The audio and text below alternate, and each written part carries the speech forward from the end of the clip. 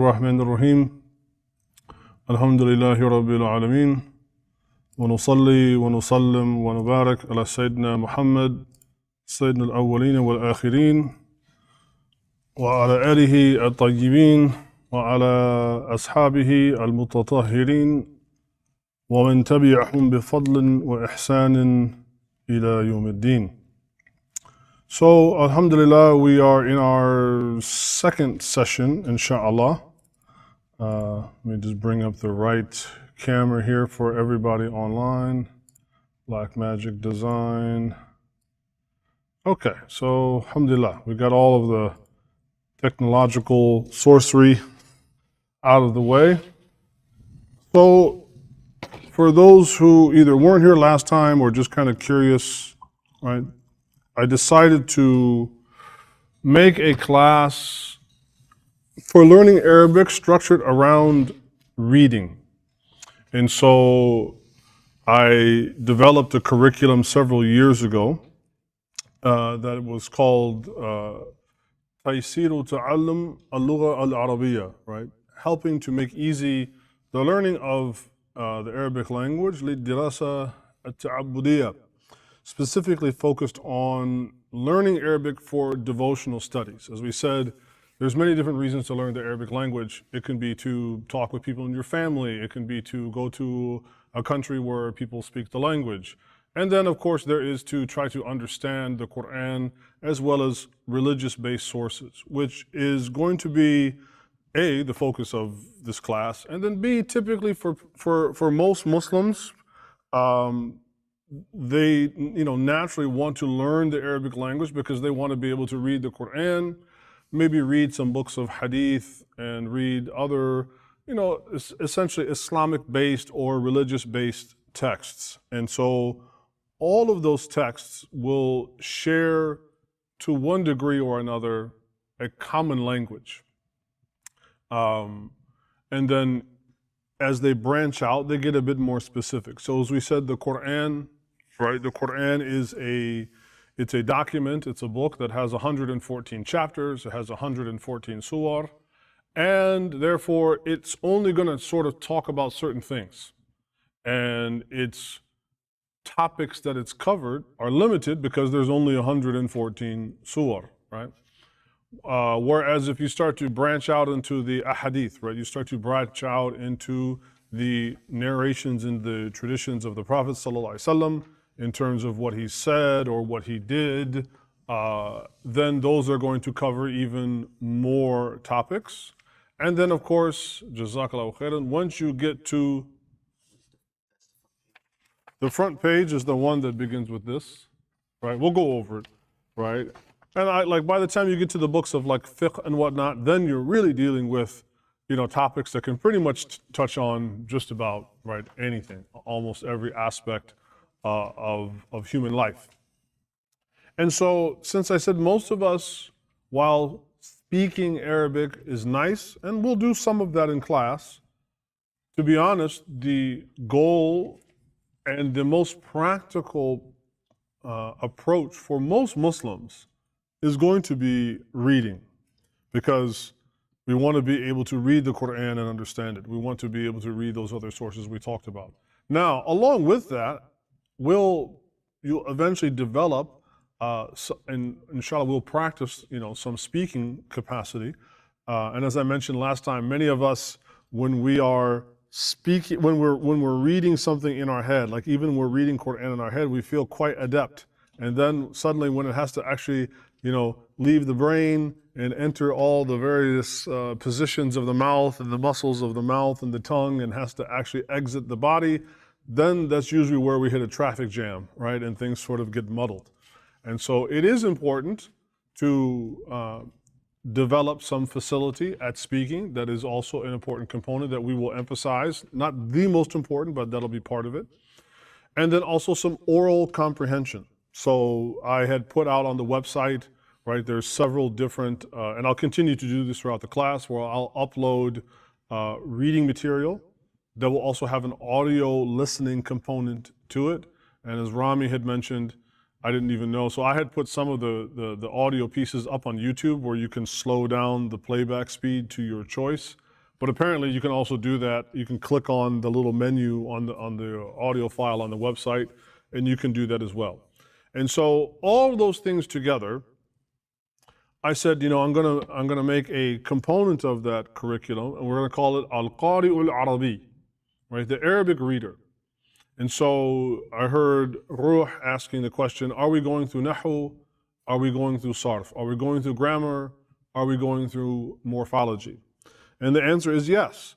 But we will do all of those things through reading and looking either at entire texts. So one of the main texts that we will read in this class will be a work called al-Risālah by a very famous Andalusian scholar, Ibn Abi Zayd al-Qayrawani, who wrote a work called al-Risālah, of which we will be reading that. And so we will be reading it for several reasons.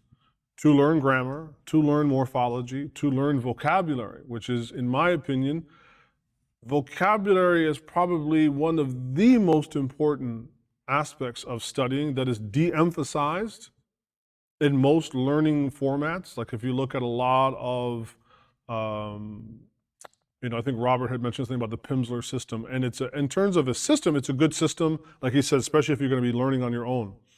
The issue, though, with using something like Pimsleur, or even say like the Medina series of books, they will teach you the grammar in and of it. Like grammar is grammar, right? So like a past tense verb, whether it's in the Quran or in the Sunday paper, is a past tense verb, right? It doesn't really matter where it occurs.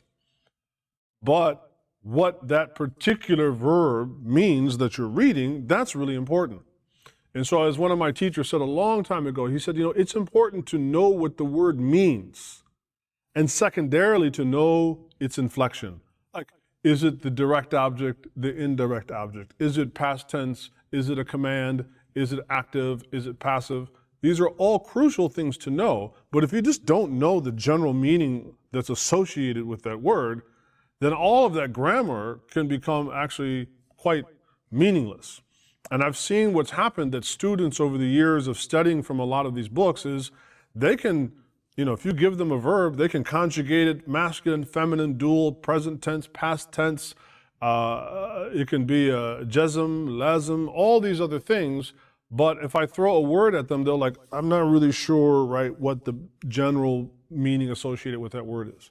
So we're going to learn some of those rules of grammar as we go, but I also want us just to simply learn the language a little bit.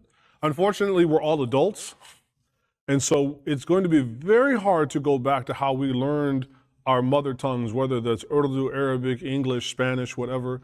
You learn your mother tongue through imitation and through hearing phrases. And I'll try to incorporate some of that in what we do, but to be honest, it's a little bit hard to completely go back to that. So this class is designed to incorporate a number of different sort of teaching methodologies, inshallah, that will help us with that.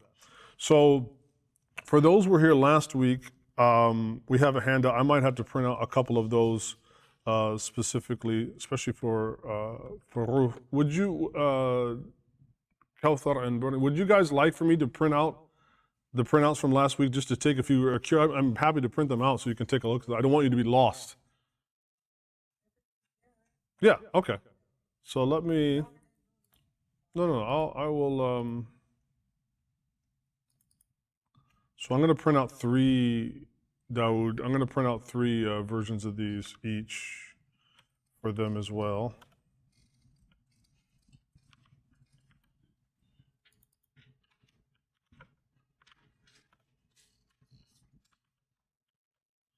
And then, for those who were here last week, did you have a chance to look at your notes or go over anything else that we did in class? Listen to any of the audio things? And if so, like, what was some of your feedback? I listened to the audio playback at a slower speed, and I found it super helpful. Definitely just use the past to get more practice in, just slowly reading along with the audio file. I wish I did more. I didn't have too much time with it, but definitely helpful. Okay. Alhamdulillah. Good, good. I'm also going to print out an updated version of the Risala handout that I gave you last week. And so it's going to have a few additional pages in there. It's going to have a few additional pages that is going to go over some vocabulary. It'll also have some exercises for you. So now that we got those out of the way, inshallah, he's going to bring those up to us. Let's go back and let's take a quick look and review a little bit of what we looked at last week.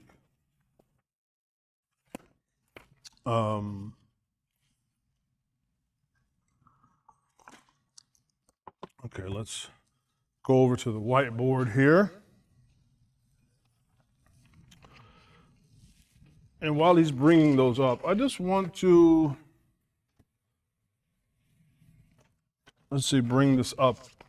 Are we comfortable, and it's okay if you say no, so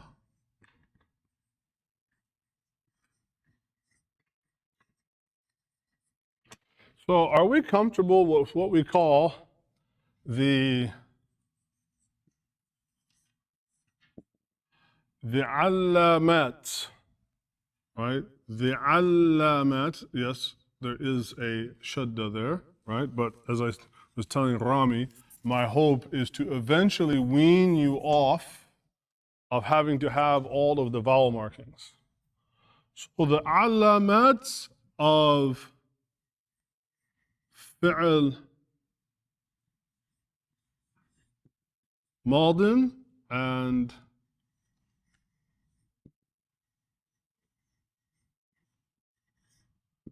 mudari'. So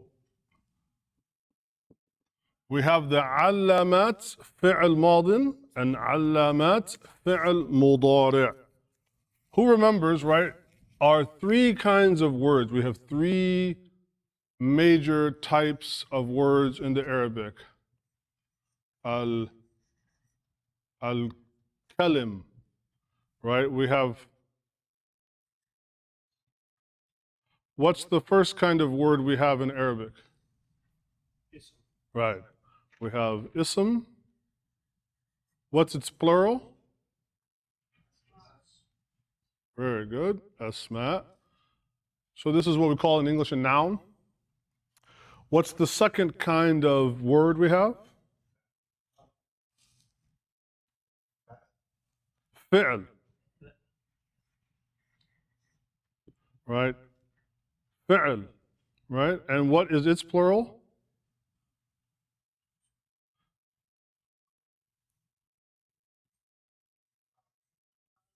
Right? If you notice, these two words share a similar form in how they are constructed from the singular to the plural. Right? So, ism to asma and fi'l to af'al. The third kind, right? The third kind, exactly, harf. And what is this plural? Huruf, right? So these are the three major kinds of words. A lot of what you're going to be preoccupied in the beginning in your journey into learning will be learning the alamat. If we break down this word, and this is where, we have to learn pattern recognition.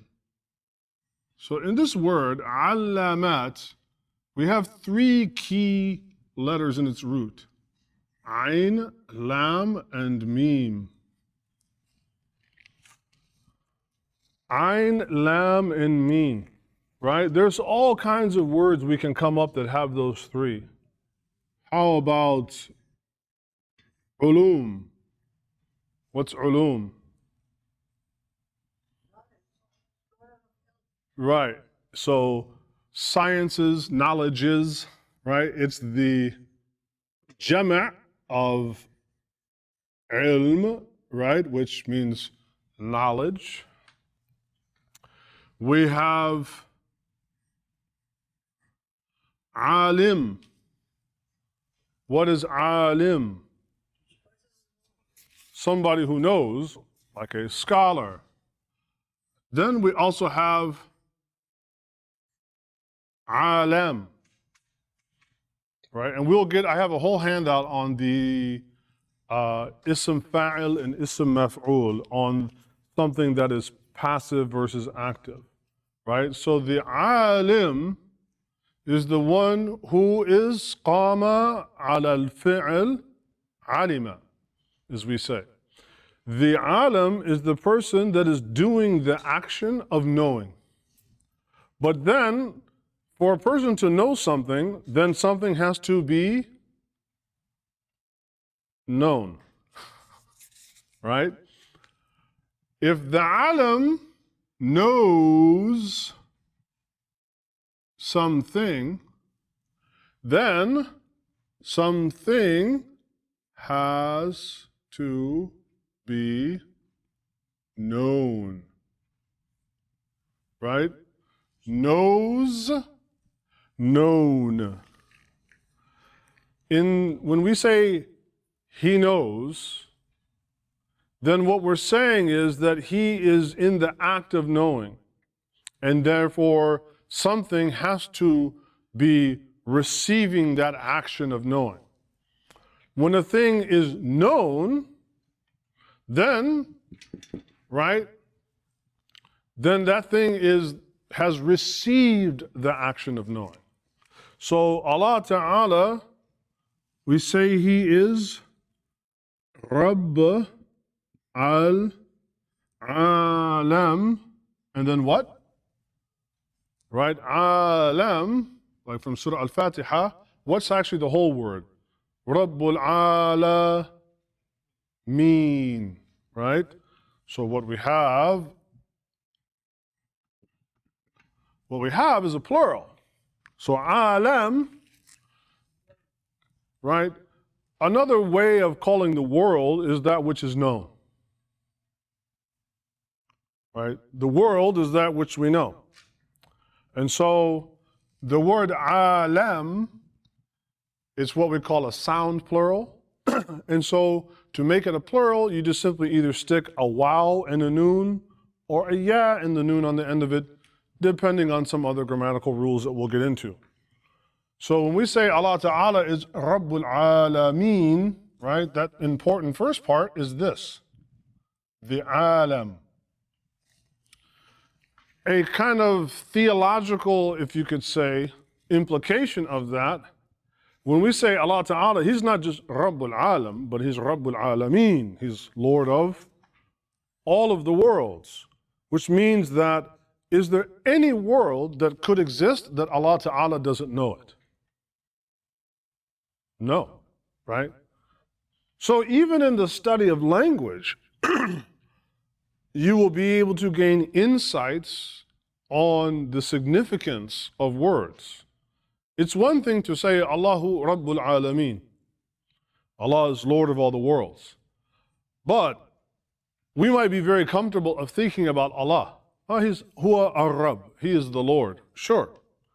But Allah Ta'ala chose to describe himself in association with this word. So this word is important to understanding who Allah is. It's important to understanding one of Allah Ta'ala's names, because not just once, but several times in the Quran, Allah refers to himself as Rabbul Alameen. And therefore, this word becomes actually really important we need to know what that word means and its significance and so on and so on. So, another word that shares that root is allama. Allama. Allama it can be many things. Actually, there is a way that allama can be like the title of a scholar, like an honorific title. But, exactly, right? Or it can also be a sign. It can also be a sign, like a traffic sign, stop sign, or a sign that indicates the existence or the implication of something else. So for instance, in our, go back to our statement that Allah is Rabb al-Alamin,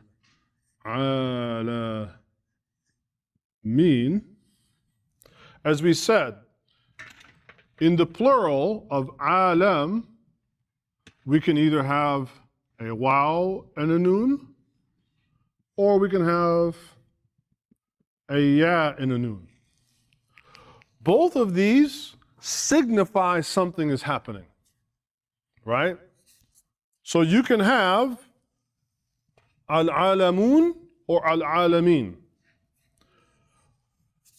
We had mentioned a word last time. Does anybody remember? We called this an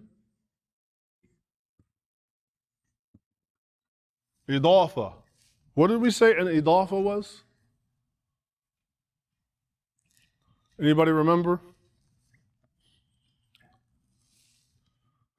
An idafa is a conjunction of two or more nouns. So it's like making a phrase. It's like making a phrase by joining together two or more nouns.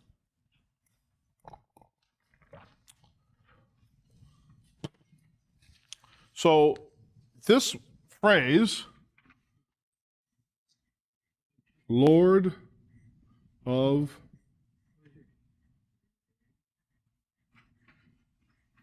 the worlds. If I just said to you in English, Lord of the worlds, Lord of the rings, right? If I said to you that, like, does that sound like a complete sentence or does that just sound like a phrase?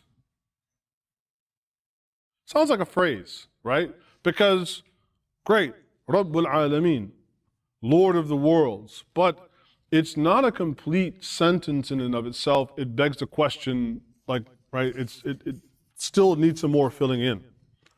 And so this is an idafa, right, which as we said is a noun construction, right? Because the word Rabb is a noun and al-alamun is a noun. But one of the rules of the idafa is that any noun that comes after the first noun in an idafa, we call this majroor. Last time we mentioned this word. When something is possessed, right? When something is in a state of being possessed. Because Allah is Lord of the worlds. Who do all the worlds belong to? What does everything and everyone belong to? Allah, right? So everything is majroor to Allah. Everything is possessed and owned by Him. As Allah says, Lahu ma fi samawati wa ma fil ard. Everything in the heavens and the earth belongs to Him. And then other times, Lahu man fi samawati wa man fil ard. Everyone in the heavens and the earth belongs to Him. So what we're dealing with is when we say possession, there's an ownership going on. When you have a sound plural, if it's in a state of possession or the direct object, and we'll cover just right now, like I said, let these terms kind of wash over you. Don't get, just hear them out. If a sound plural is either the direct object of some action being put on it, or it is being possessed by something else, then it takes the ina, right? It takes the ina ending. Rabbul Alamina. Right? If it is the subject of the sentence, if it is the subject of the sentence, then it takes the una ending. My point being, una is a sign of what? It is the subject. Ina is the sign of either possession or direct action acting on it. That is what we call, it is an alama for that. And so what we have to learn in our grammar are what are the alamat of the fi'l madin, what are the signs of the fi'l, which we said is a verb. What is madin? Mad, al-madi, past. Or what we say in English, past tense. And it's okay to cheat and infer. If fi'l madin is past tense, what is fi'l mudari'? Present tense, right? It's okay to use your intuition. And the point being is that there are alamat associated with both. And what we have to do so that when we look at our writing on the page, we are able to discern, is this past tense, present tense? Likewise, there are alamat for that which is mudhakkar and muannath. مذكر ليس الذكر كالأنثى. What is مذكر? Male. Or what we call masculine or male. And obviously mu'annith is going to be, right. And each one of these has their signs. Right? Each one of these has their signs when we see them written. So for instance,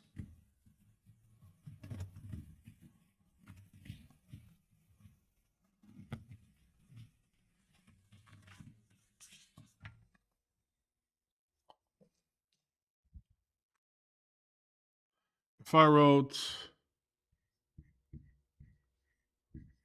al-Imamu, I'll give you the last i'rab, right? Al-Imamu yasjudu ala as-sajjada. As-sajjadati. Al-Imam. What's al-Imam? The Imam. Yasjudu. Right? Well, yusallu is praise. Yasjudu is what? Sujud, prostration, right? To make sajda. So the Imam, yasjudu ala. What's ala? Right, and it's what kind of word? Exactly. So the Imam prostrates on as-sajjada. What's sajjada? What's this? A rug, a carpet, right? So in this sentence, the word al-Imam, is this masculine or feminine? It's masculine. I won't ask you why, but we'll just go with it because it is, right? But most importantly, talking about the signs of masculinity, femininity, in our verb here, yes, judu, yes, judu, right? What are the root letters in that word there? Yes, judu. What are the key root letters? Right. So I'll get them in order. You don't want to reverse it. Sin plus Jim plus Del. Great. So that means, what's this ya at the front? Well, not just he, it's an indication of many things. It's a sign of one, what kind of word is this? Right, it's fi'l. It's a verb. But then the ya in front of it indicates two things. The first is what? Present tense.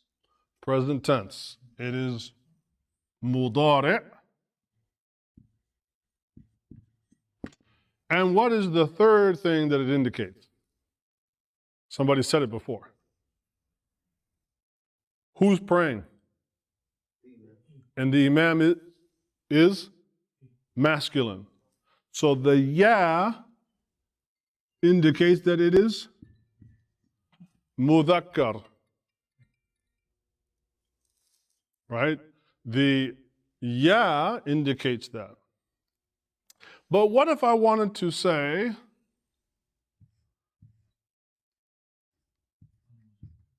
al-mar'atu? What's al-mar'a? Al-mar'a, yes, very good. The woman, sajadat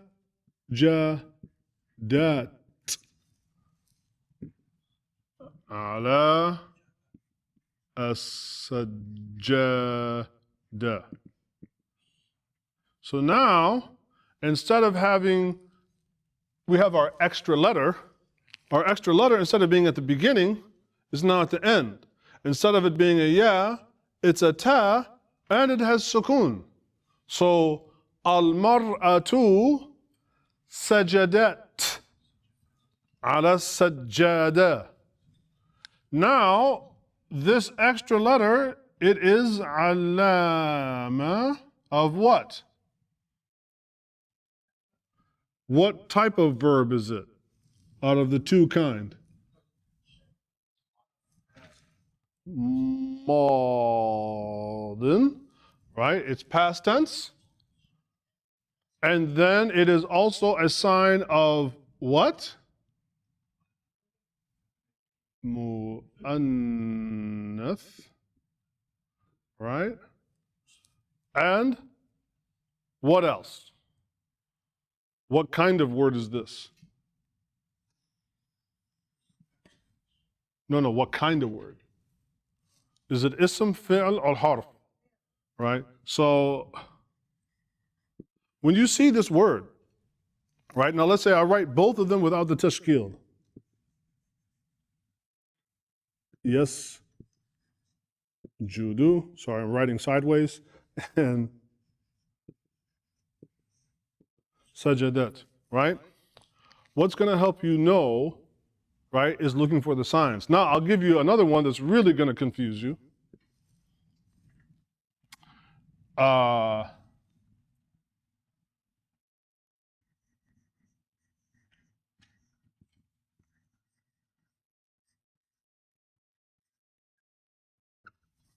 What if I just had this here, no markings whatsoever, something to do with sajda ala al-ard. What's the word ard? Ard is the ground, right? So something did sajda, or someone did sajda on the ground. But I'm not going to give you the vowel markings. Now we already said this one with the sukoon, right? That's the feminine, sajadat. But what if I wanted to make prostration on the ground? I would have to say what? Sajadtu.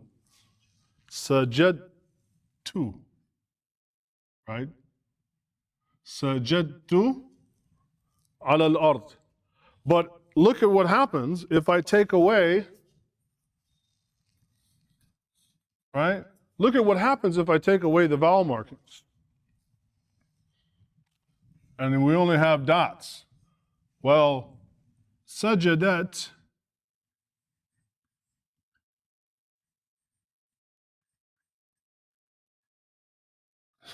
it's so hard to write sideways.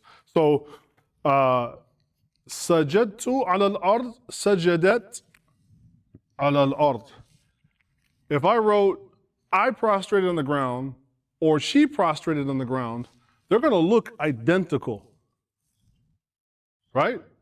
This, I prostrated, and this, she prostrated, without any vowel markings, they look exactly the same, right?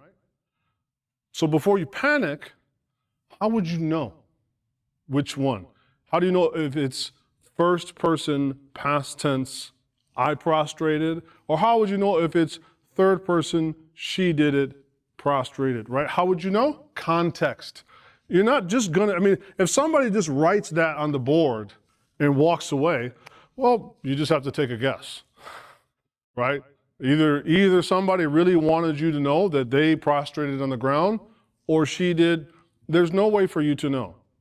But if this phrase or this sentence or these words are, say, in a broader sentence or in a paragraph, there's going to be some context to guide you into knowing which one it is. That is important in terms of recognizing the signs, right? And so though it might seem like, wow, that's really hard. Yes, but how often are you just going to see a sentence like that? Like that's not going to generally just happen, right? So as we say in lit studies, right, context is king. Context of where the word occurs in the sentence, in the paragraph, right, in the statement, it will give you the indications of, oh, okay, he's talking about himself, or he's talking about somebody. It will give you those indications, right? So don't panic and say, oh my God, if you take away the marks, I'm lost. I mean, yes, if somebody's only just writing sajadat or sajadtu al-ard without any haraka, then yes, you would be, but this is not a common occurrence, right? And so that is where learning the grammar rules, and this is something that you can do on your own. You can, and I can provide handouts for people where you just get out a sheet of paper and you start with a verb of choice, right? And you just work your way. And this is the part where we talked, or I was mentioning to Rami earlier about building up muscle memory. So let's say we wanted to take three verbs. Sajada, darasa, kataba. The way that you will become comfortable intuitively of recognizing what signs are what is that you will have to then take each one of these and then practice writing them, you know, sajadtu, sajadta, sajadti, I prostrated, you prostrated masculine, you prostrated feminine, sajada, sajadat, sajadu, right? If you see a three-letter word, and on the end of it, you see these two letters. What is that? That's always going to be third person, past tense, masculine, plural. Right? When you see three letters that are part of a root, not three letters that are not part of the root, but just three letters of the root, and then they have a waw and the alif attached to them, they're saying they did X, Y, and Z, right? So therefore, this becomes the alama, all of that. Now that might seem like a lot in the beginning to try to do all the mental gymnastics in real time. That's why it's important to do exercises and then also, right, reading. It will help you as you see different words in different contexts, doing different things grammatically. And that's why, you know, like they say, you have to eat a healthy, balanced diet. In the same way, if you have a healthy, balanced diet of reading and you're reading enough source material of varying natures, then eventually you will come across all of these, and it's just a matter of time put in to develop that that ability to recognize patterns. A lot of language is just pattern recognition, right? So in the handout that we got today, you'll notice there's one at the very top that says فقرة تمارين لاحتفاظ بالمفردات. Right? It looks like this one. Right? Looks like this one.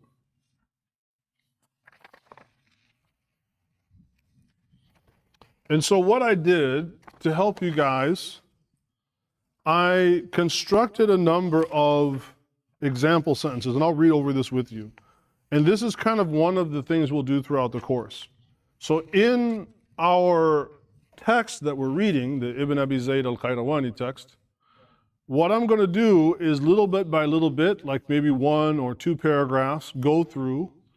And for this exercise, right, and I'm just going to show you guys so you can see yourself, right? In the first couple paragraphs, I just wanted to highlight all of the verbs, leaving the nouns for now, and I just wanted to highlight all of the verbs. Now yours are not highlighted, just mine is, right?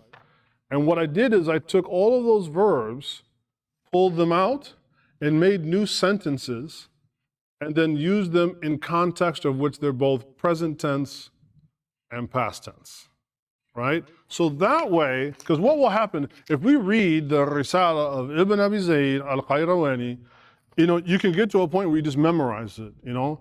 قال أبو محمد عبد الله ابن أبي زيد القيرواني رضي الله عنه وأرضاه الحمد لله الذي ابتدأ الإنسان بنعمته وصوره في الأرحام.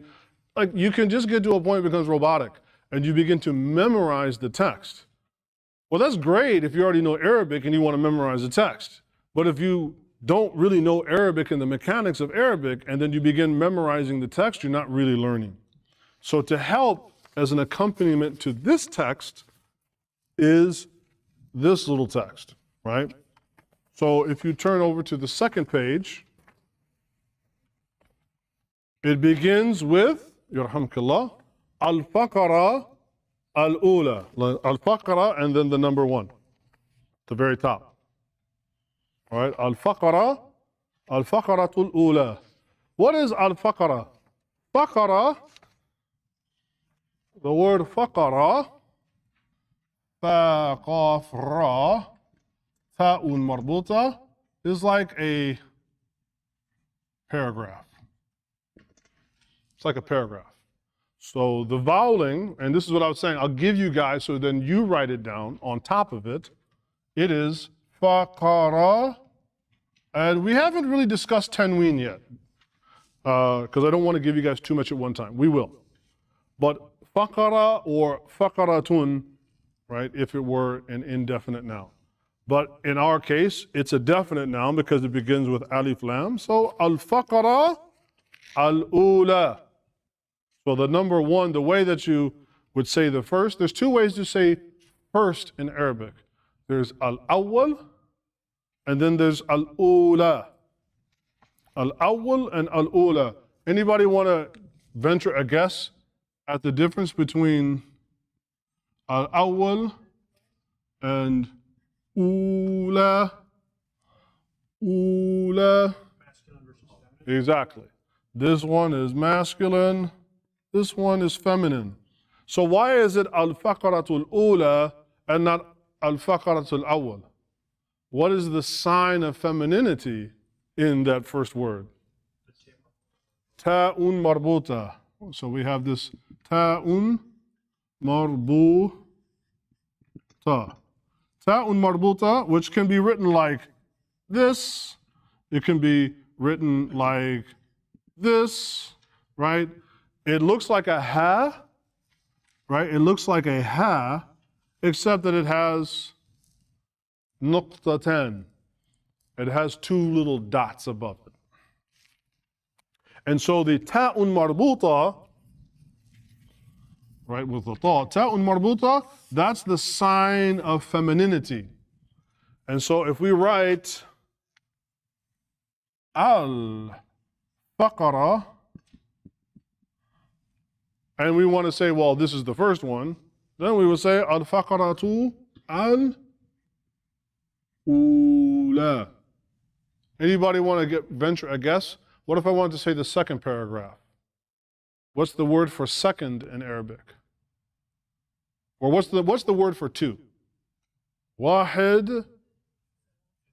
You got to speak up. I'm old now. I can't hear you. Ithnain, right? Ithnan or ithnain. So the word for two is either ithnan or ithnain. Ithnain, right? So that's if we're counting numerically. Wahid, ithnan or ithnain, thalatha, arba'a, khamsa. That's if we're counting numerically. But what if we are wanting to go in terms of ordinals, like first, second, third, fourth? So instead of saying wahid, we have awwal, right? So first is awwal. One is wahid. Awwal is first, right? What is second going to be? Right. So it's going to be either thani or thaniya. Thaniya, right? With the ta'un marbuta. So ithnain, two, thani or thaniya. So in the case of our paragraph, right, we have al-faqaratul ula, or we could say al-faqaratul thaniya. Al-faqaratul thaniya. Right, that would be like we're going to. So in our case, we're starting with our very first paragraph here. Robert, what's our first word there in bold print? Al-Mufradat. Al-Mufradat. Yep, Al-Mufradat. There's a sukoon on the fa. Al-Mufradat. So it begins with a dhamma. Mufradat. And then what's the second word?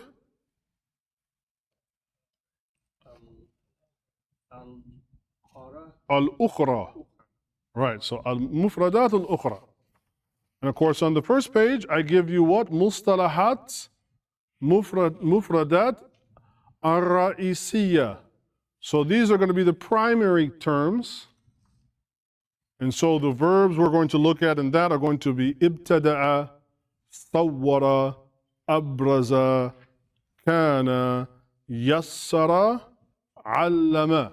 Right, so on the very first page, right, I give you the primary ones that we're going to use. So that way, in every sentence, you'll see it's going to kind of repeat those. Right? So, yep, you got ibtada'a, right? And so that's the one.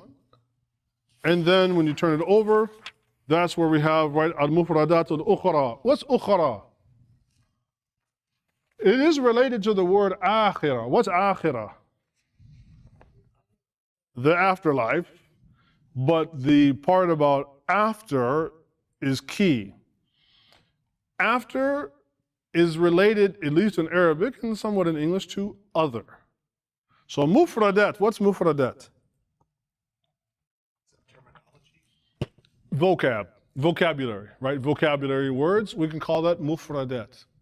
So mufradatul ukhra, other vocabulary words, right? So on the front page, these are the key words, and on the other page, these are the other ones. And so what I'll do is I will go through and help you define, right, what those words are. But I'm going to kind of do that and say, okay, here's the key ones, because those key words on the first page, ibtada'a, sawwara, abraza, kana, yassara, allama, those are the key words, because why? They are related to this document. Those, you'll find those verbs in here. The other words, right, the other ones like talib, ta'ab, sa'ab, mashru', they're not going to be found in this document, right? And so they're just extra words for us to learn. So I've kind of helped divide them up for you like that. And then if you go continue down the page where it says, right, al-faqaratul ula, you go down to the next bold print. It says harakat al-fasl, right? So that's like the title of what the little paragraph we're going to read, and we'll read this here in just a second. Anybody have any questions before we do just a little bit of reading? We're going to dive in, and everybody will just read a little bit. But anything, excuse me, any questions? Anybody need a cup of coffee? Any questions so far? Yeah, we're talking about the idafa. The second word was majroor. Mm-hmm. The second and any other nouns in the idafa are, very good question. So let's repeat that for everybody to hear.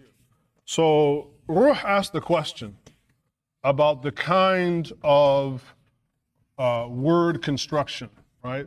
So we have something called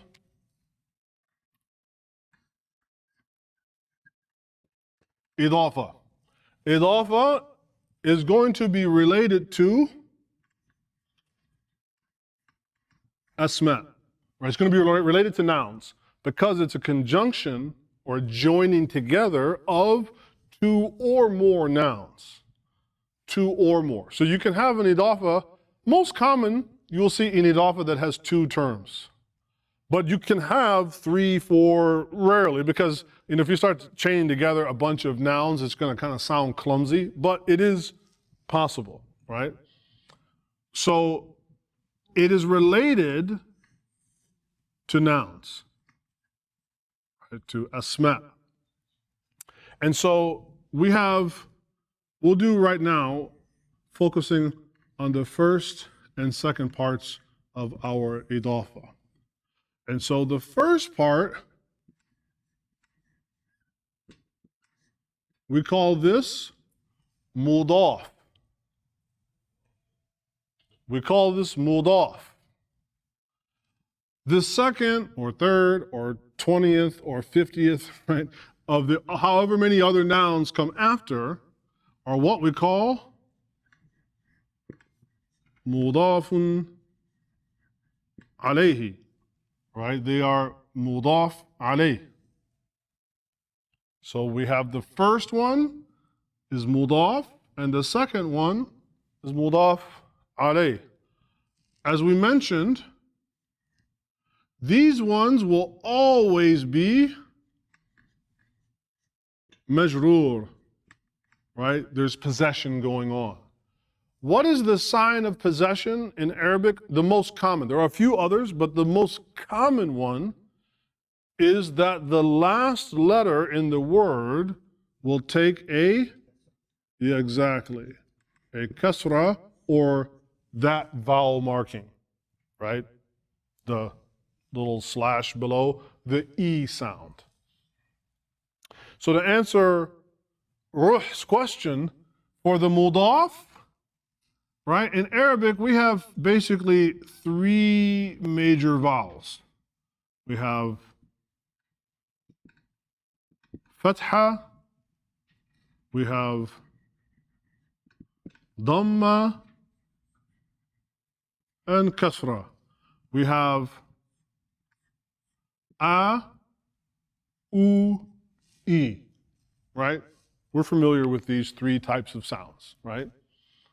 And so the mudaf can take any of those, right? The mudaf can take any of those. The mudaf alayh always are majroor. They always take a possessive, most commonly a kasra, but there will be exceptions. But most commonly, right? But most importantly, it is majroor, right? It's going to be in a state of possession. I'll give an example of how the first term could be a fatha, right? Fatha, these things are going to be important to a whole other sub-science that we call i'rab. Anybody heard this term before? I'rab, what's i'rab?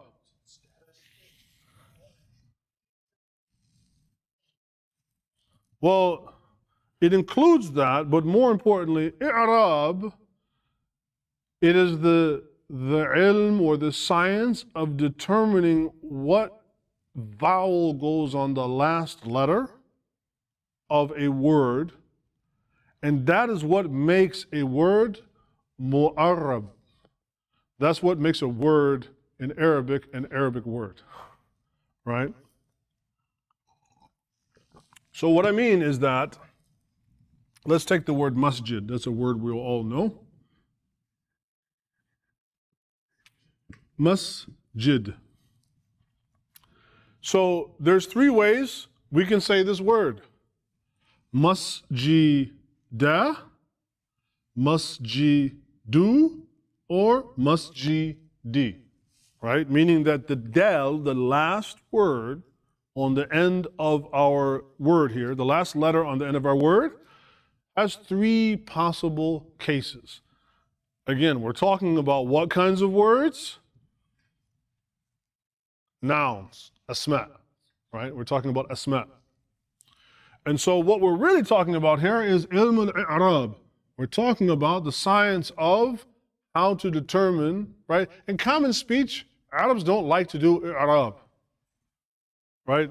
They like to do everything up to here. Or in some way, like everything up to there. They like to do everything up to the last letter and then no vowels. In kalam, right? In common speech, you don't hear Arabs quite often in regular colloquial speech doing i'rab. They just don't like to do it. That's actually one of the differences between modern Arabic and so-called Fusha or classical Arabic, is that at the time of the Prophet ﷺ, that is how they spoke. But today, not so much. If you talk like this, either people kind of think you're like a walking textbook, or you sound a little overly formal. Right? It's like in English, if I start going, where art thou, Romeo, or to be or not to be, people are like, all right, this guy's like, he's talking like Shakespeare, he's lost his mind, he's a little special, he's a little out there, right? But we need to know these things, because it's not just about, well, I need to know, is it a dhamma, or is it a kasra, or a fatha? These things have implications in ma'anin. So you remember, like the book that we are using, one of our source books, is the book on what? An-Nahu al-Arabī ahkamun wa ma'anin. It is what? Arabic grammar, the rules and the meanings associated with those rules. So if it is a dhamma, for instance, generally speaking, it's going to be the subject. It's what the sentence is about, right? If it is a fatha, generally speaking, it is going to be the direct object, it's going to be receiving some action. And if it is a kasra, as we've already talked about, there's some kind of possession going on. And these will tell us what's happening in the sentence. And once we learn these rules, even when the harakats are not there, we will know how to apply them, so we know how to pronounce them. Right? So let's go through a really quick example. We said what? We're going to do a simple two-term idafa, and we'll go through how it could be in all three of these. So let's start with the masjid as receiving action somehow.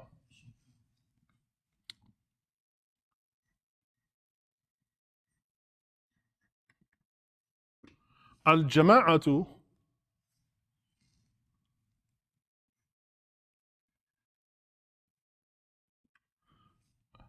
اشترت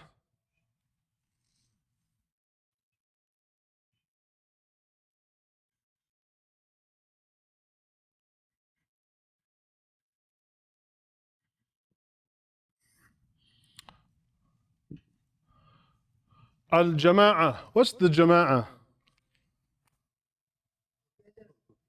Well, yeah, like when we pray, what is that? Jama'a, not jum'ah, but jama'a. Jama'a means what? A group, right? It's a group. So, al-jama'atu ishtarat What's ishtara? Ishtara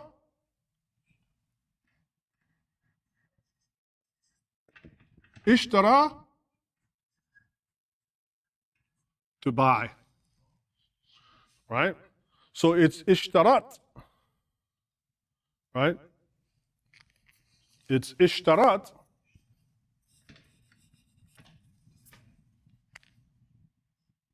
Because the word jama'a is what? Feminine, because of the ta'un marbuta. So the verb, if it's going to be in agreement with the noun, they have to be in agreement, right, in terms of gender. This is what I mean, is that if I write this without any tashkil, you know it's going to be al-jama'atu ishtarat, not ishtaratu, right? The group I bought. This makes no sense, right? If it's ishtaratu, that means I bought it. But in this sentence, why would you put the group I bought masjid? Like you sound like broken Google Translate, right? That makes no sense at all. So obviously in this case, if the noun comes first, and it happens whatever gender it is, and then the verb that comes after also appears to be in a matching case, like, oh, okay, so this is the verb going along with the noun, so the noun must be the subject, right? So al-jama'atu ishtarat masjida ubland. What's ubland?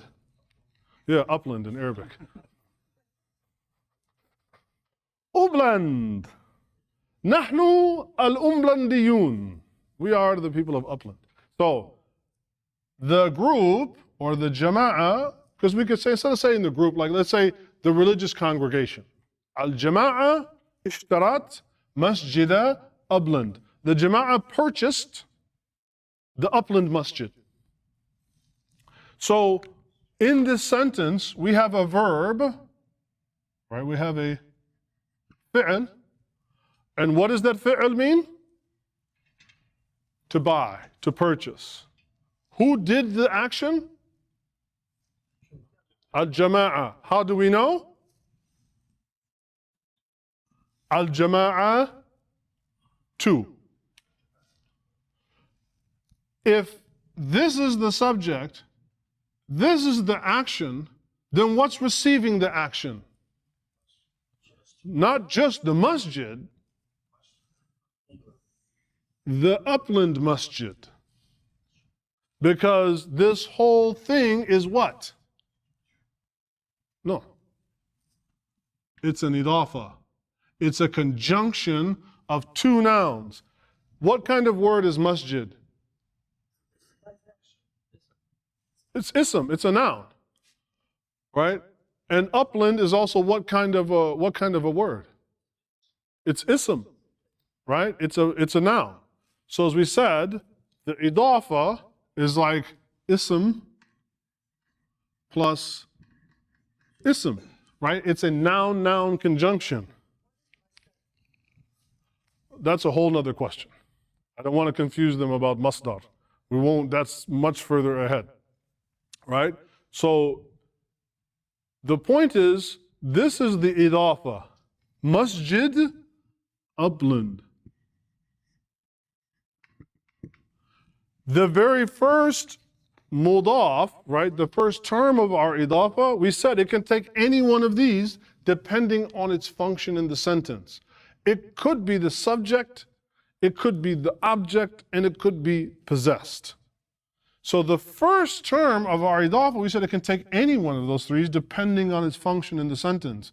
In this case, what action is the upland masjid receiving? What's the action in the sentence? Buying, purchasing. So the upland masjid is receiving what action?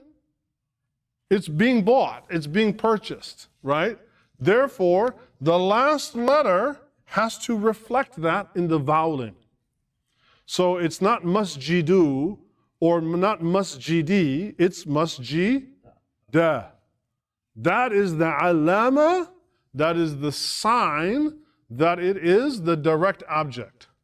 Now, I'm purposely not telling you what that is in Arabic because I don't want to overwhelm you with a lot of terminology. We'll eventually learn all those Arabic terminologies for those things. This is enough, right? So let's flip it. How can it have a Dhamma? Dhamma would indicate, right? We said what? The Fatha is a sign of what? Direct object. The Dhamma is the sign of what? Subject. So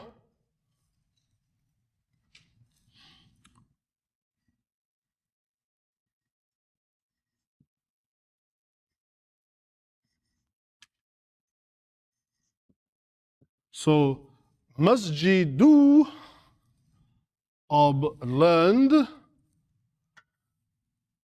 fi shimal California. California. So the upland masjid, masjidu upland fi shimal California. What part of California are we in? Southern. So the upland masjid is in Southern California. In a sentence like this, what is the subject? What are we talking about? We're talking about the upland masjid. So it is the subject. If it is the subject of what it is being talked about, then it's either going to be the subject of what's being talked about or the subject that is doing the action, not receiving the action. Now, given that a masjid is just like basically a box, it's not likely to do a whole lot of action. So in a sentence that is going to talk about masajid, it's either going to be the subject or something is being done to it. That includes describing it, like al-masajid fi shimal California jamila jiddan, right? The masajid of Southern California are very beautiful. That's like a descriptive sentence, right? It's nothing's being done to it, and it's not doing anything itself. It's what we're talking about, right? And so that's where our Dhamma becomes critical. Likewise, we'll do number 3 with kasra, and now we'll show you how you can do a 3-part idafa. Imam, masjid, ubland,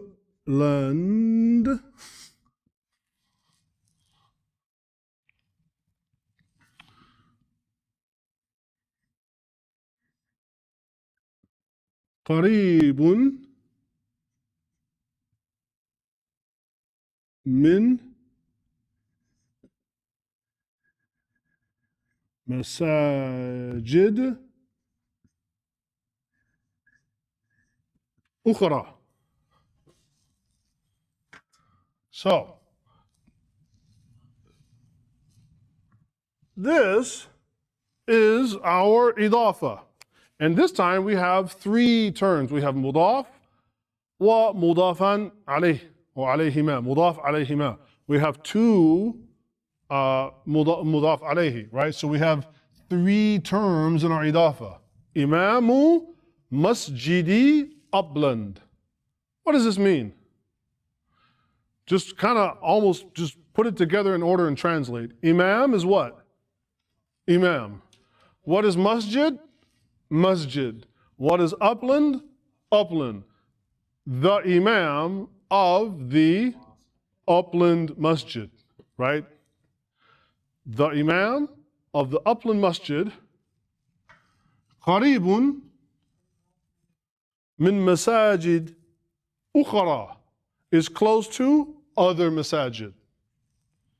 So the imam of the upland masjid, he is close to other masajid. So kind of a weird sentence, but you know, technically it works to demonstrate how it can be you can have a 3-part one, right? This are 3 of them.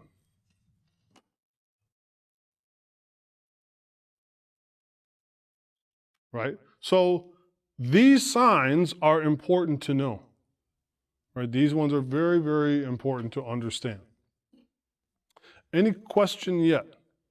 So just to recap, it could be a subject, object, and it could be possessive. Yes, right. And it's important to know what that even means. If it's the subject, it's what? As we said, it's either something that we're talking about, or it's doing the action itself, right? So let's do another example, right? Let's say,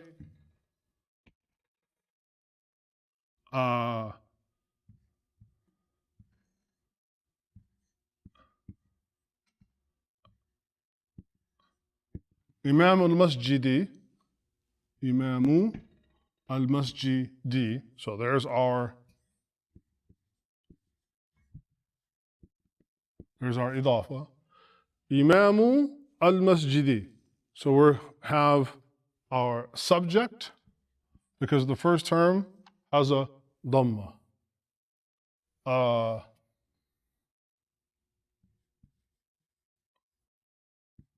يصلي العصر, let's say على الساعة الرابعة. So the Imam of the Masjid prays Salat al-Asr, prays Asr prayer على الساعة الرابعة, at 4 o'clock.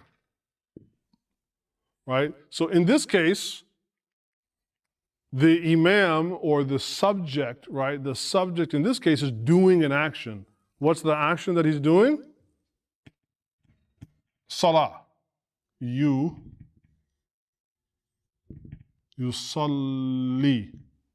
Right? Yusalli. Imam al-Masjidi yusalli al-Asra ala sa'ati al-Rabi'ati. Right? So in this case, even though it has a dhamma and it's the subject, we're not necessarily, we're describing in terms of like an action that he does, but you can have the dhamma indicating that what? It's something that the subject is doing the act, right? In fact, in this sentence, what is the direct object? What is receiving the action of salah?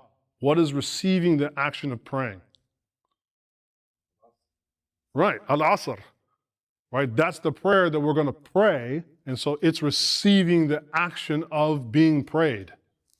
So if it's the direct object, what did we say the vowel is going to be at the end? Exactly. So how do we pronounce this? Al-Imamu al-Masjidi yusalli al-Asra.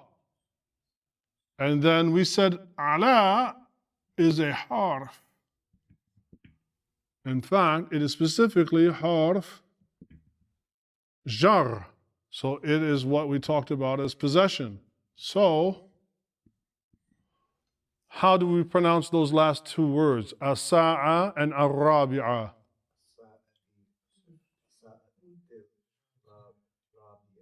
Yes, as-sa'ati al-rabi'ati. As-sa'ati al-rabi'ati. So because of this harf, it's going to impact the i'rab, right, of the last letter in each of those words. Because this letter, as-sa'a, is weird. Like, so in Arabic, when you talk about hours or times, like we say, like, what time is it? And then we give an answer, like it's 5 o'clock, it's 4 o'clock, right? In Arabic, you say, kam as-sa'a, how many hours? That's like the literal translation of it, right? Kam as-sa'a, what time is it? And you say, as-sa'a, such and such. And it's just like we did the counting. Al-faqratu al-ula, al-faqratu al-thaniya, al-faqratu al-thalitha, right? So al-rabi', in terms of our cardinal numbers, we have what? Al-awwal and al-ula. We said we have what? We have thani and ثانية, and then we have ثالث and ثالثة, as you can guess, and then رابع, and as you can guess, what is going to be the feminine of رابع? رابعة, exactly. And so الساعة الرابعة, the fourth hour, or 4 o'clock. Right? So al-Imamu, right? Imam al-Masjidi yusalli al-Asra ala sa'ati al-Rabi'ati. The Imam of the Masjid prays Asr at 4 o'clock. Right? Okay. Let's actually try and read just a few. So, and then at the very end, I'll go over the vocab with you. So we're going to start where it says, Harakatul Fasl. Harakatul Fasl. Everybody good where that's located? Harakatul Fasl. Right? Now, we've known the word haraka as what? We've known the word haraka so far as what? Like when I mentioned the haraka of this or that, or haraka on this word or that word, what so far? Vowels, right? So this is important, right? Words can have different meanings in different contexts. Now, we commonly understand haraka, right, or harakatun. We commonly understand this is what? Vowel. However, what is the actual meaning of the jadr or the root haraka? Haraka means to move, right? So the verb haraka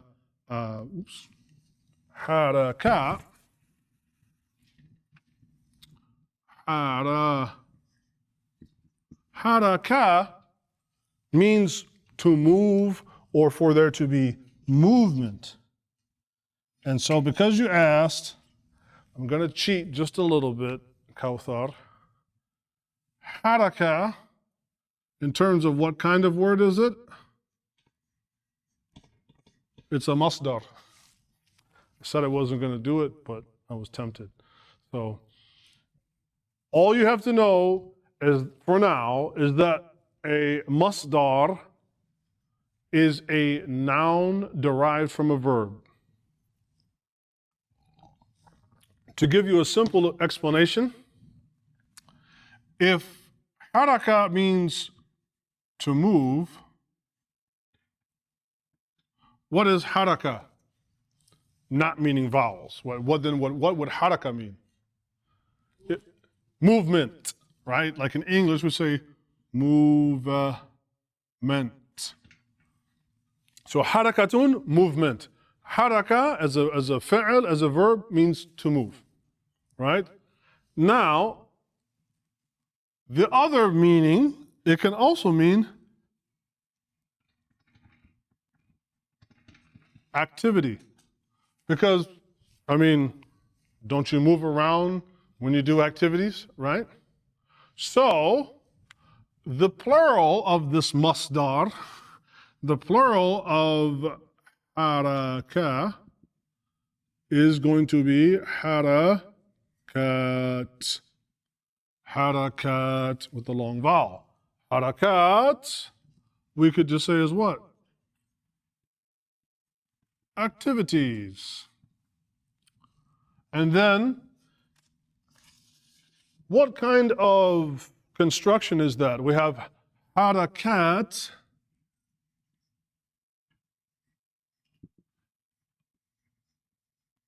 Al-Fasl.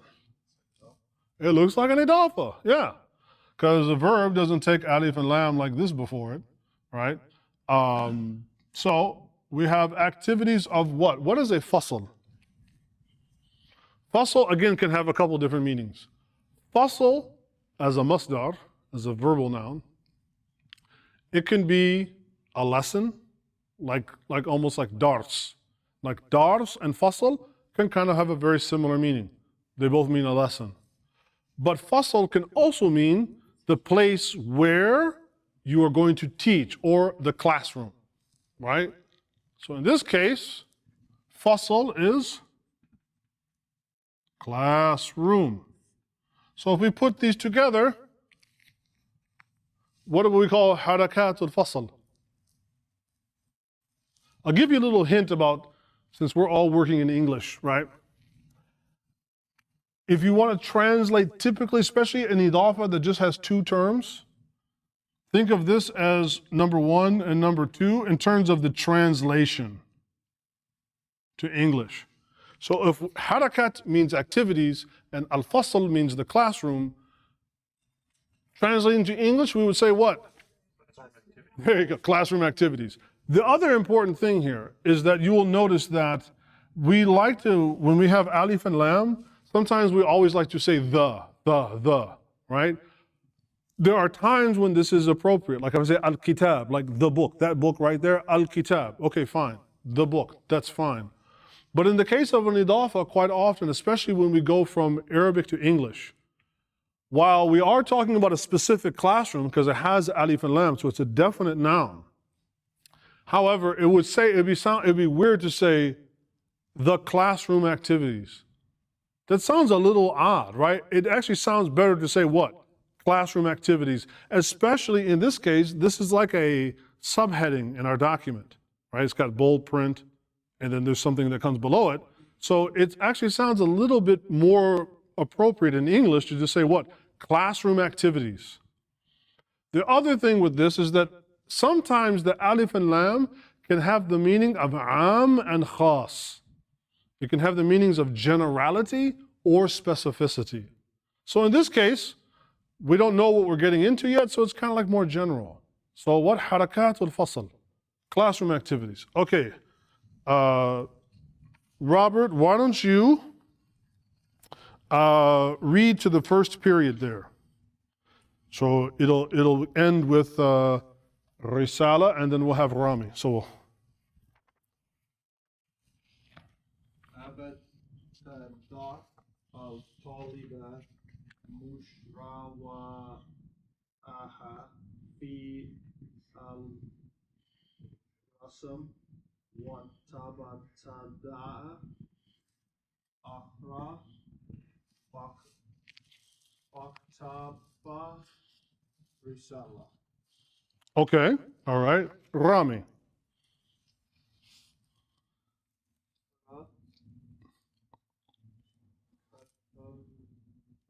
Fatima, it's a name, right? Mm-hmm. Mashhadan. Do we know the tanweens? So when you have one fatha, it's a, and one dhamma, it's u, and one kasra, it's e.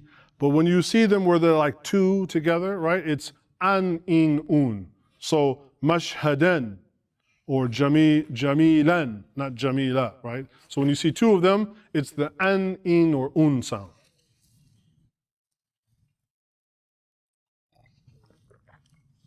So صورت فاطمة مشهدا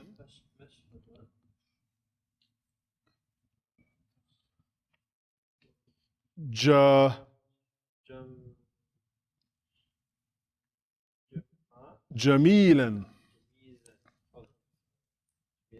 Mhm.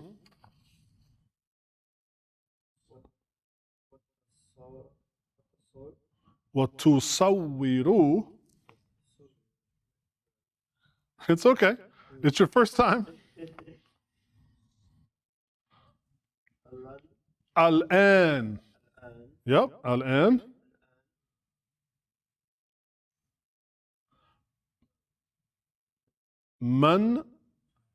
منظرا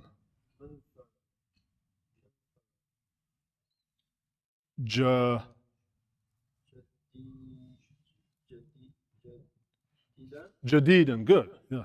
All right. داود. أبرز al-muallimu.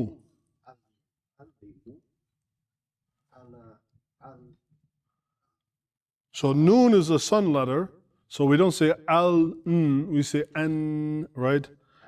Right. An-niqat. Right, an-niqat. Al-muhimma.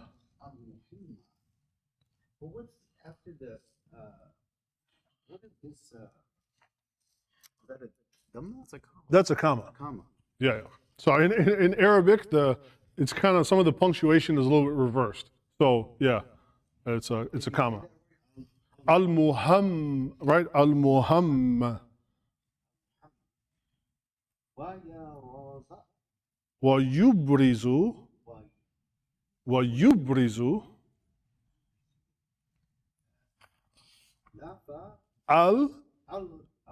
Al-af. Yeah, al-afkar. B. Say again, B. Yeah, so the first, there's two bas, right? So the first one is the harf of jar. B, and then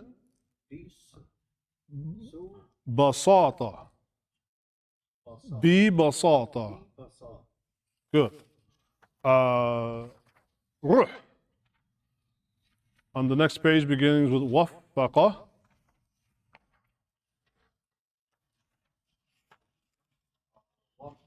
Or, you know what? No, I'm sorry. It begins with yassara. Yassara Allahu.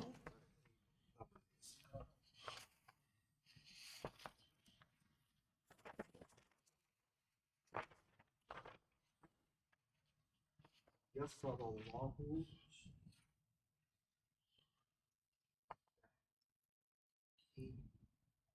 تحقيق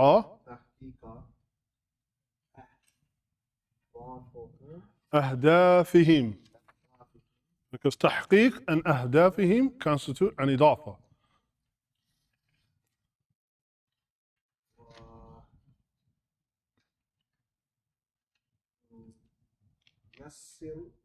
Mm-hmm. Yep, ييسر. Yep.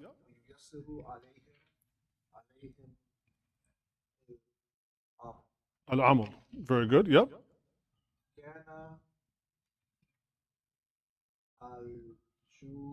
الجو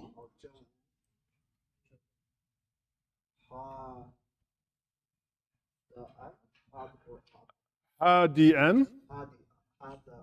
هادئا. Yep. يكون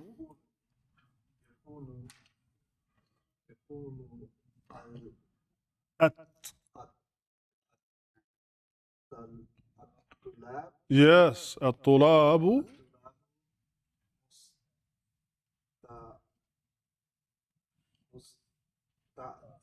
مستعدين. Good, good. See, it's not so bad. You just, it's like falling down a flight of steps. Just let it happen, right?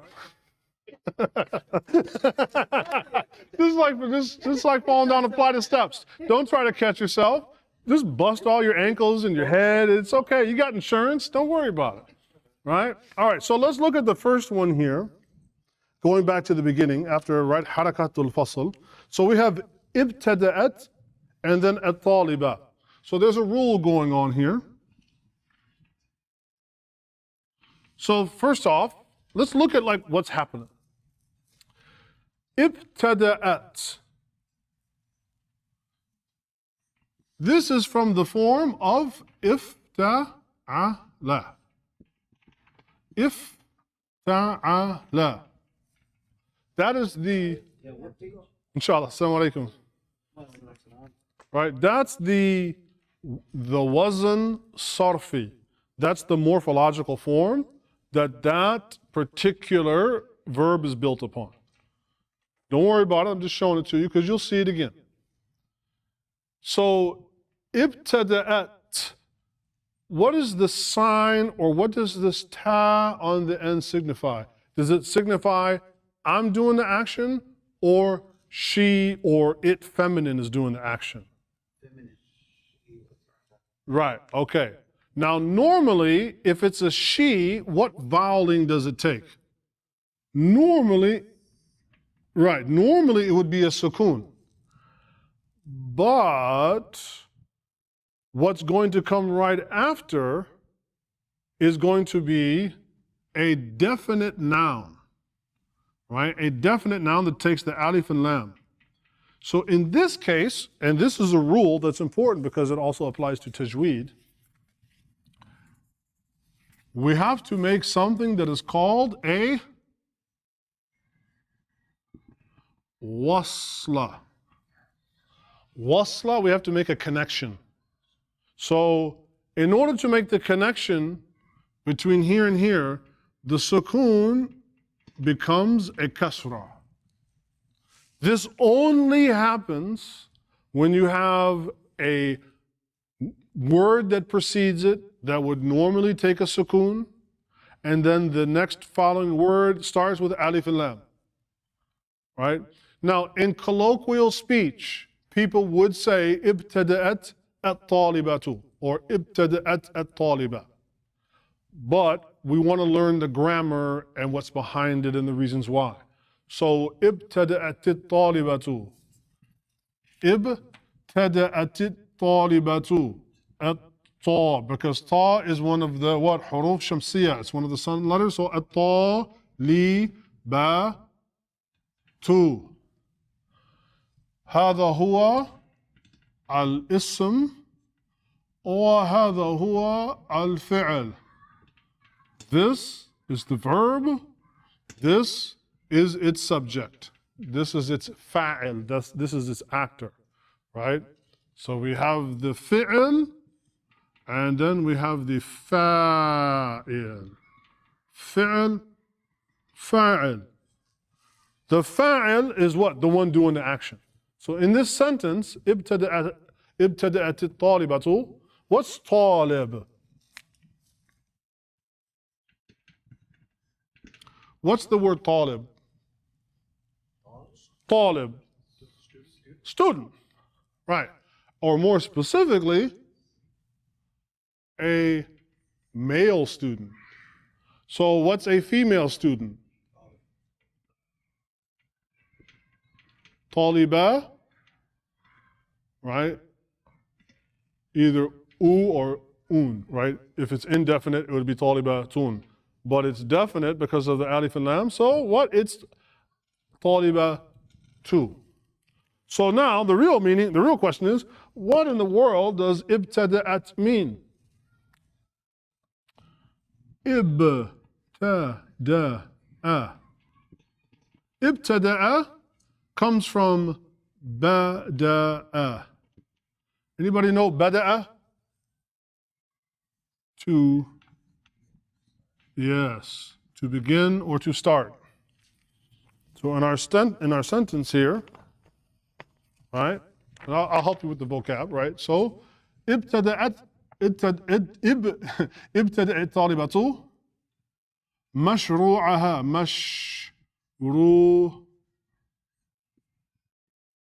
مشروعها, not مشروعها or مشريعها, مشروعها. So the action means to begin. Who's doing the action of beginning? The female student. What is she beginning? Her mashru'. What is a mashru'? It's a project. Mashru' means project. So ابتدأ الطالبة مشروعها بالرسم. What's rasm? For those of you that took my Quran class, we talked about the rasm of the Quran. Anyway, that was a long time ago. Rasm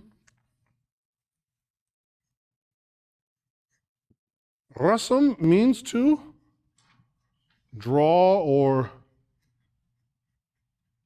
illustrate. So, putting these together, ابتدأ الطالبة مشروعها what? بالرسم. The student started her project, her drawing project. right? The student started her drawing project. ابتدأت طالبة مشروعها في الرسم.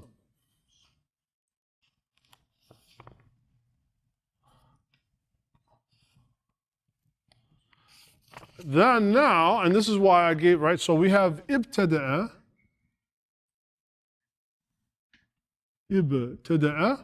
Now, this is what? Gosh, I can't write today. Maudin.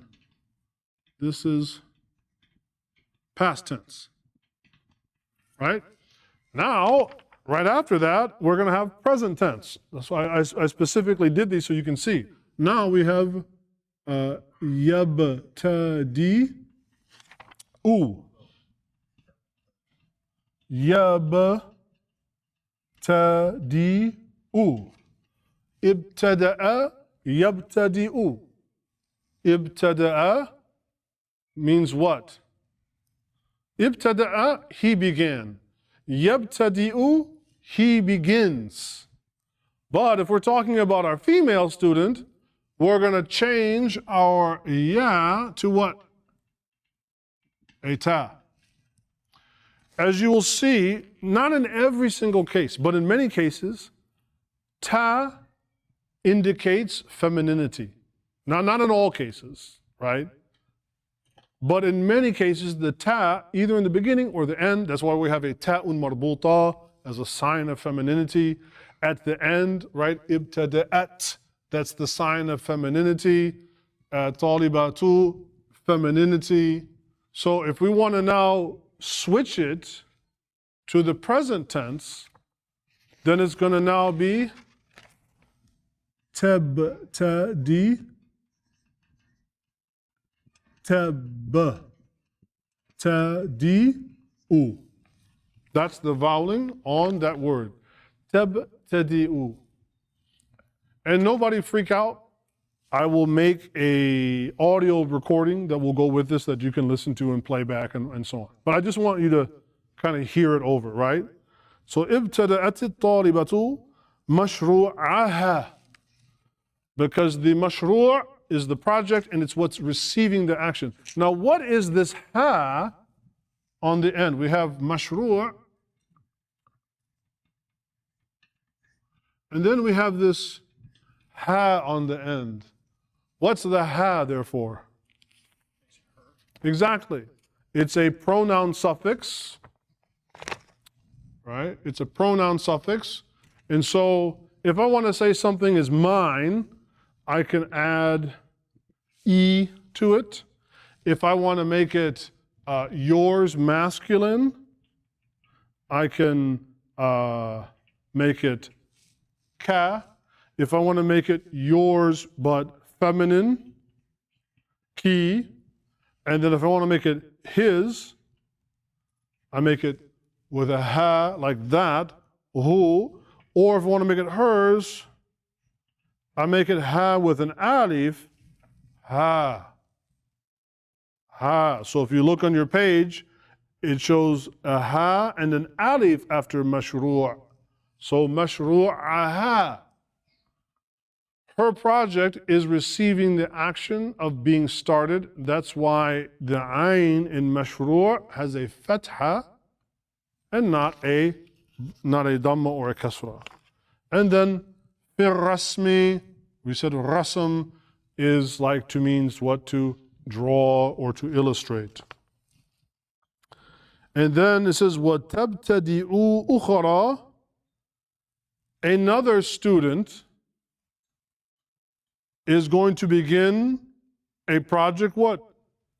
بِكِتَابَةِ رِسَالَةٍ. We have another idafa. B is for harf jar, possession. Kitaba. Now, most of you know what a kitab is. What's a kitab? A book. So by adding that little ta'un marbuta on the end of kitab to make it kitaba, what do you think? If kitab is book, then what is kitaba? Usually, no. Like what do you have to do to make a book? You have to write it. So kitaba is writing. Writing, right? So kitab is a book, and kitaba is, you can figure it out. I can't write sideways. Kitaba. But it's an idafa. In this case, we have an indefinite idafa. Look at our mudaf alay in this case. The mudaf alay in this case is the word risala, just like the title of the work by Ibn Abi Zayd al-Qayrawani. The word risala, like the Prophet sallallahu alaihi wasallam, he is who? Rasulullah. He is a Rasul. So risala and Rasul, they have some words, some letters in common. We have Rasul, and then our word in this case, risala, risalatun. What's the commonality between these? Ra, Sin, and Lam. Very good. So that means that there is an interconnectedness between Rasul and Risala. So Allah also uses the verb arsala. Arsala rasulahu bil huda wa din al-haqq liyuzhirahu ala ad-din kullihi walau kariha al-kafirun. And Allah Ta'ala arsala His prophet. Arsala as a verb means to cause somebody to go deliver a message. So risala can have different meanings in different contexts. One meaning is a message, right? The other, more everyday meaning is a letter. That's the meaning of risala. So a Rasul is one that delivers, al-Rasul alladhi yursilu al-risala, as we would say. The Rasul is the one that delivers the message, right? So in our case, we have our idafa as bi, kitabati, risalatin. So the other student is beginning a project of what? Writing a letter. So, وَتَبْتَدِئُ الْأُخْرَى بِكِتَابَةِ رِسَالَةٍ. This is an idafa.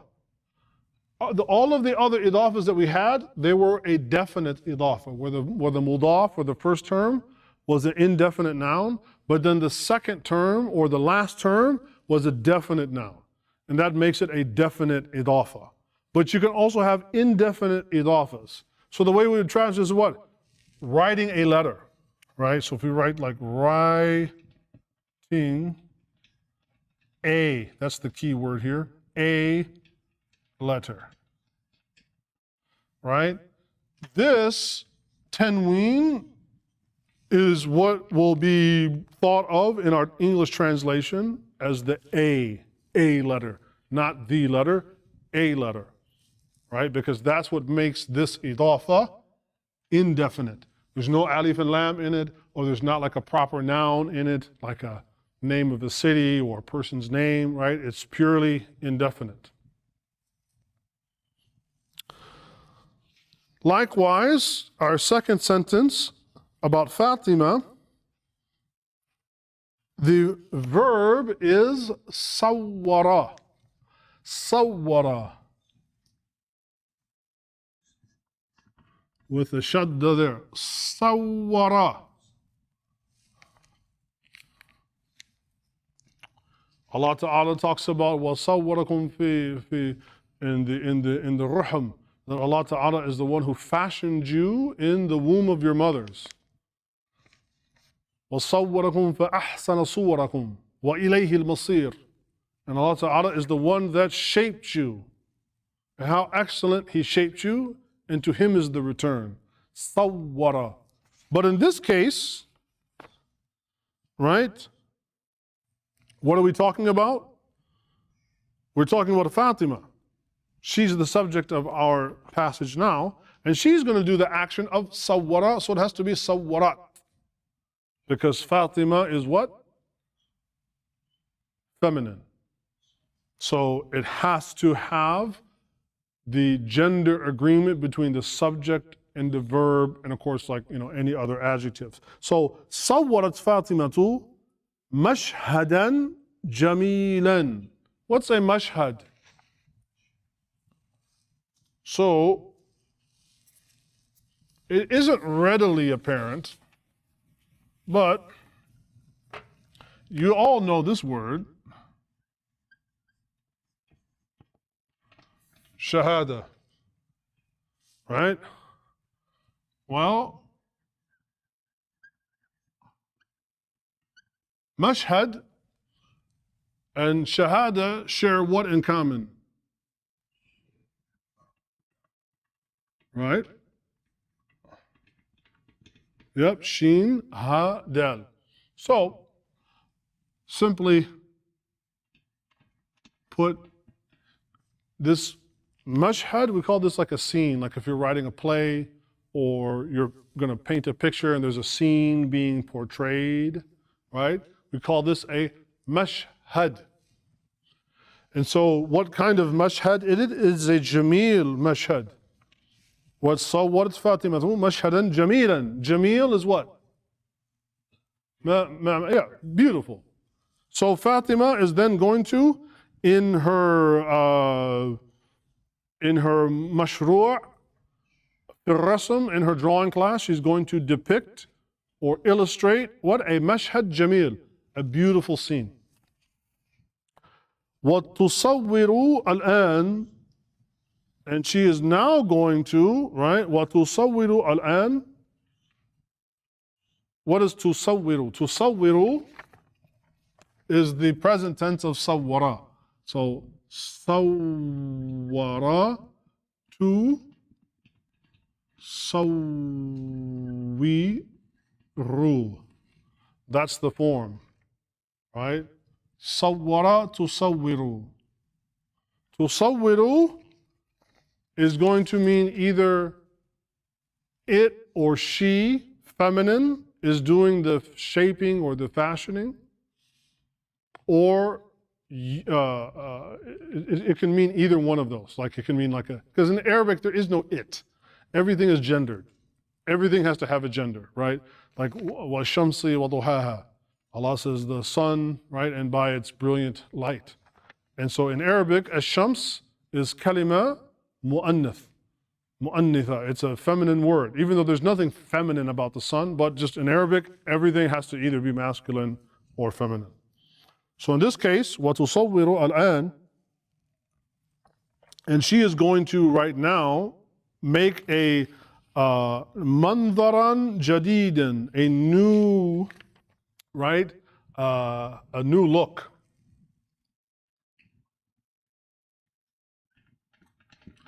Mandar. Nadar, right? The word nadar means to look. So mandar means to make a kind of like a new look, right? Then we have abraza al-muallim.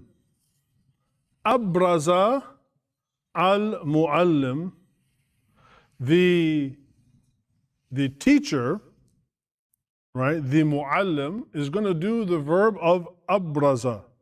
Abraza, we said, means to highlight or bring forth or to showcase.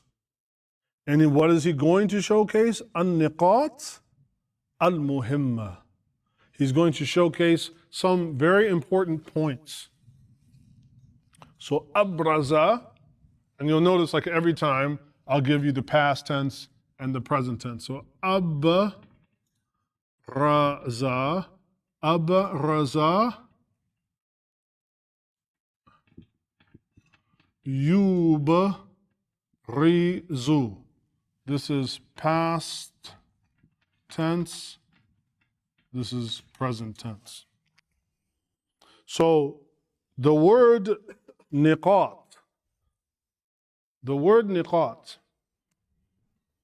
niqat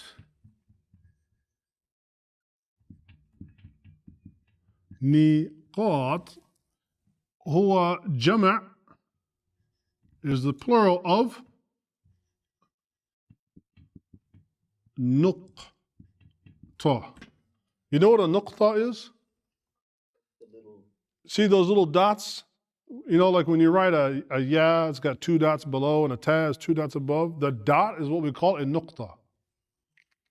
So the plural is niqat. Now, in the case of writing Arabic, sure, a نقطة is those dots. But again, in another context, like let's say I'm giving a speech and I want to make some points. That we will call niqat. Or, oh, he made a good point, in the, أحسن نقطة في محاضرته. He made an excellent point in his lecture, right? So when you talk about points in that context, that's what it means, right? So we say, what أبرز المعلم, the teacher, the muallim, he is the one who made those excellent points. I got the wrong sheet. And then likewise, right, he made important points. And then what yubrizu. Yubrizu. So abraza yubrizu. These are just things that you will do, and I'll try to send you guys maybe like they have all these charts that will teach, and there's even a few websites that you can go to that will help you like with conjugation. And so when you have this form, abraza,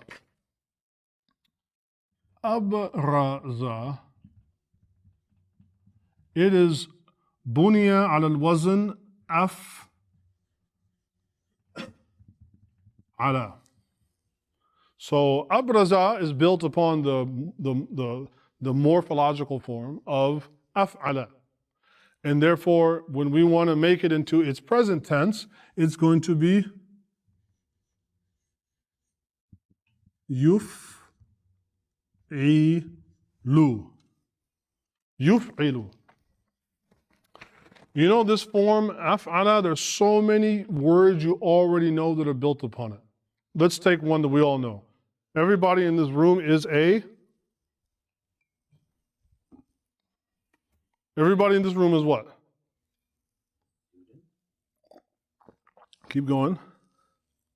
Why are we all here? Like, what brings us together in this room, specifically in this space? Muslim. Right. So if you're like a Buddhist, you would still come here, right? No, we're all Muslim. The word Muslim is built upon this aslama. Aslama means to what? Become Muslim. So in the past tense, right? Aslama. In the present tense, if we follow this same form of af'ala, yuf'ilu, abraza, yubrizu, aslama would be what? Exactly. Yuslimu. How about, we've heard of ihsan, right? Hal jaza'ul ihsani illa al-ihsan. We're told we have to do excellent, right? So the word ihsan comes from ahsana. But what if we want to make it present tense? It would be no, because it's right, it's af'ala yuf'ilu. So what you want to do is you want to transpose the vowels onto the form, right? So the form is the alif with the hamza, and then the first, second, and third letters in the form of af'ala. So ahsana.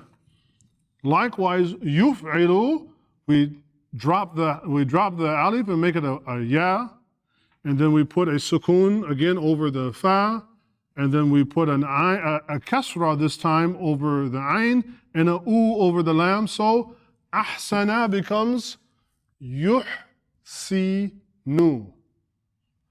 Af'ala yuf'ilu. Aslama yuslimu. Abraza yubrizu. Ahsana yuhsinu. Amana yu'minu.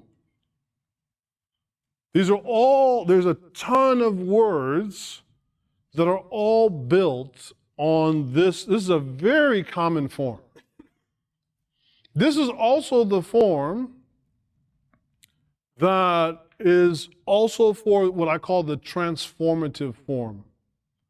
So something is going to change, right? So when you become a Muslim, you change from being what to what? From a kafir to a Muslim. What happens with ahsana? You become from being like okay to excellent, right? When you amana yu'minu, when you believe, you leave kufr, right? You leave disbelief and you become a believer. So that's why you have af'ala yuf'ilu muf'il. Abraza yubrizu mubriz. Aslama yuslimu muslim. Ahsana yuhsinu muhsin. Amana yu'minu mu'min. Right? When you begin to play with them enough and write them out and you listen to them, you're like, oh man, this is an amazing pattern. So like you take, we said what, arsala, right? Even though this is not a common one, but arsala. Arsala as a verb becomes what? You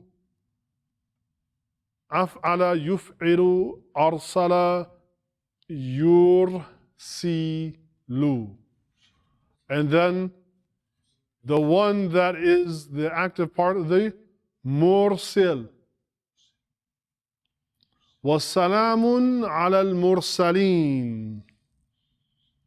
Like Allah Ta'ala talks about, and like peace upon the messengers. A mursil is a messenger, the one that delivers the message, right? Af'ala yuf'ilu muf'il. Aslama yuslimu muslim. Ahsana yuhsinu muhsin. Amana yu'minu mu'min. Arsala yursilu mursil. Like you'll see the patterns, right, that will develop. And so that's why I'm giving you these sentences where on one part you get the past tense, now you get the present tense. And so I'll do a lot of this wordplay so that hopefully you will begin to pick up on the patterns. So abraza al-muallimu al-niqat al-muhimmata. It's al-niqata because the points, the interesting or the important points are receiving the action of being brought out. We said abraza means what? To bring out. Abraza, to bring out. وَيُبْرِزُ الْأَفْكَارِ بِبَسَاطَةٍ. And he made very simple points, right? Yubrizu, meaning in the present tense, al-afkar. Afkar is the plural of what?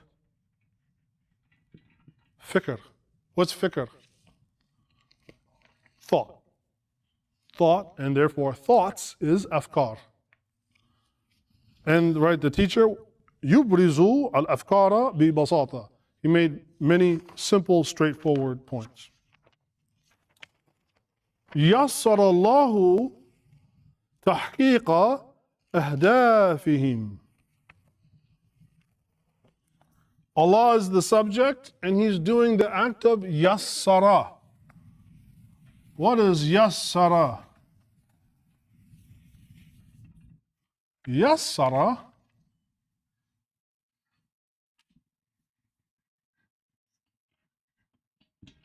yassara, to make easy or to facilitate. So if the meaning of yasra is to make easy or facilitate, and Allah is the actor, then what did He ease or make facilitate? تحقيق أهدافهم.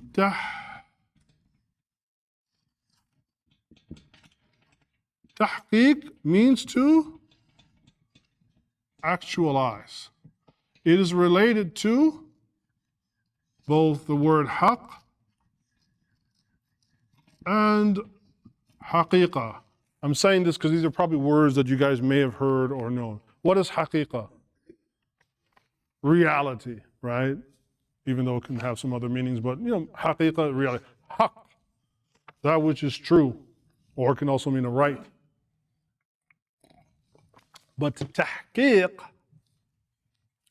means to bring into reality or to actualize, right? It can also mean to edit. Like if you look on a book in Arabic, you might see like the title of it, and then below will be the author, especially the author lived like 1,000 years ago, and then it'll say al-muhaqqiq or tahqiq bi fulan bin fulan, and it'll be like an edited by so-and-so, right? Because when you edit the work, what do? You help to bring it to fruition. You help to bring it, you help to actualize it, right? So that's the meaning of tahqiq, right? To actualize. So what does Allah Ta'ala help actualize? Their ahdaf. Ahdaf is the plural of hadaf. Hadaf is what? Goals. Goals. Objectives. Ahdaf is the plural of hadaf. Goals or objectives. And therefore, if yassara is the past tense, yuyassiru is the present tense. Yuyassiru alayhimul amal. And He makes easy for them to do their work. So Allah Ta'ala made it easy for those students to realize their goals, and He makes it easy for them to do their work. And then kana al-juwu, right? Kana al-juwu. Juwu, there's a shadda on the waw. Ju is a word that's kind of weird. It means like atmosphere, right? It means atmosphere. And then hadi'an, hadi'an. Hadi'an has the weak vowel right on the end. And this one is also going to work. It means that the atmosphere or the vibe was chill. It was calm, right? Kan al-jawu hadifan. So what's interesting is that it might not seem like it, but what does the word kana and yakunu mean? Kana yakunu means to be. When Allah created everything, what did He say? Kun fayakun, right? So to say be, right, exist, right, to be or to exist, when Allah brought everything into existence, He said what? Kun fayakun. Kun fayakun. This is a famous section of an ayah in the Quran. So when Allah Ta'ala wanted everything to exist or to be, He said kun. And therefore fayakun, it existed. So kana and yakunu, kana is the past tense, it or he was, and it and he is. This is the present tense. So kana is the verb, it is the fi'l. The subject is al-jawu, And then what's the direct object? Right? It's going to be the ha'idan, hadi, and right? This means hadi means something that is relaxed, calm. So,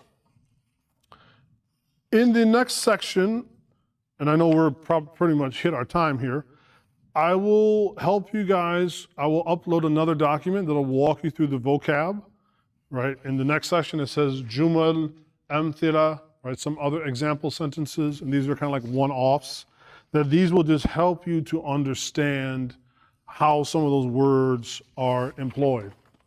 The whole purpose of this is that these words here, if you go back and you try reading again, your risala, you will notice that we have touched upon all of the verbs in there. We didn't do the nouns, so to speak, right? But we did touch upon all of the verbs. So next week, we'll go over the nouns in that section in a very similar fashion, where we'll have a bunch of example sentences, walk you through it. And so later on, I'm going to upload a couple of documents, but most importantly, I'll upload the audio that will go with this that you can listen to. And so just all you got to do is get out your printout, press play, slow it down if you want, and just 3, 4, 5 times, just try to like watch along and then yourself try to, sound it out. And inshallah, that should help you. I know it's a lot to, because we only meet once a week, so I gotta kind of pack it in, but any questions on anything that was covered? Or you're like, dude, I can't even talk. How do you think I feel? All I've been doing is talking.